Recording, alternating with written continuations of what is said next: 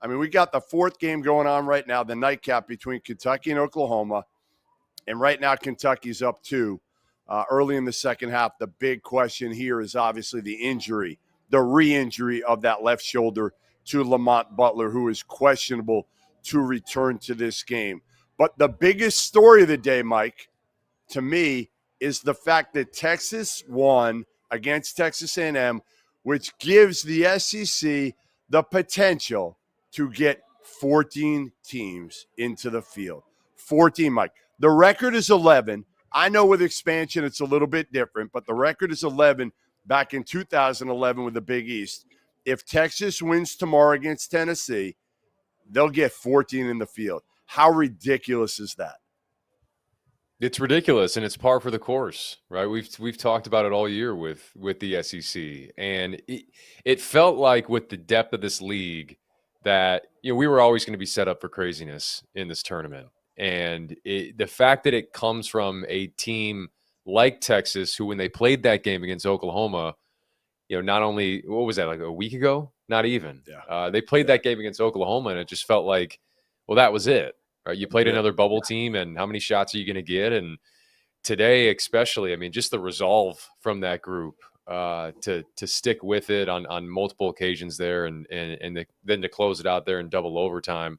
It feels like it's almost like a separate tangent, but think about Rutgers ending last night, pretty much ending their season last night, and you look at Trey Johnson and just the potential for him to be a top 5 pick, and Cooper Flagg goes down today. It's like, are we going to get any of these top 5 guys in the NCAA tournament so that we can see that? And Trey, we'll see if they can continue to play their way into it. But with Xavier going down and a couple of these other bubble teams going down, I mean, it's a great day to be a Longhorn. Yeah, Texas is now 19-14. They were 6-12 in SEC play in the regular season. That was their 7th Quad 1 win. So they're 7-9 right now in Quad 1 games. Now, the interesting thing is Rodney Terry has to coach against Rick Barnes, the former Texas coach, to try to get in the NCAA tournament, his former head coach. Now, again, Trey Johnson made a huge shot in regulation, the end of regulation, a three-pointer. Tremont Mark fouled out in the first overtime. They still were able to win this game. It wasn't pretty, and it kind of went back and forth. I really thought A&M was going to close this thing out multiple times, but I thought Texas showed that result. What they did was they matched Texas A&M's toughness today.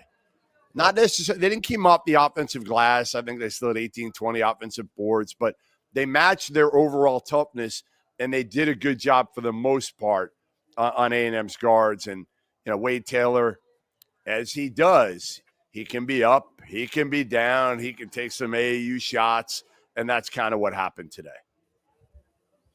Yeah, it was. And I'm curious, too, what your take is, Jeff, on what if Rodney Terry goes, gets a title berth in this tournament?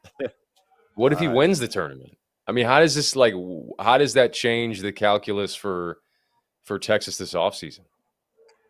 So what I've been told is unless he gets to the NCAA tournament and wins at least a game, and it might be 2, I think this is still it for Rodney Terry. I don't think they feel like this has been enough this year.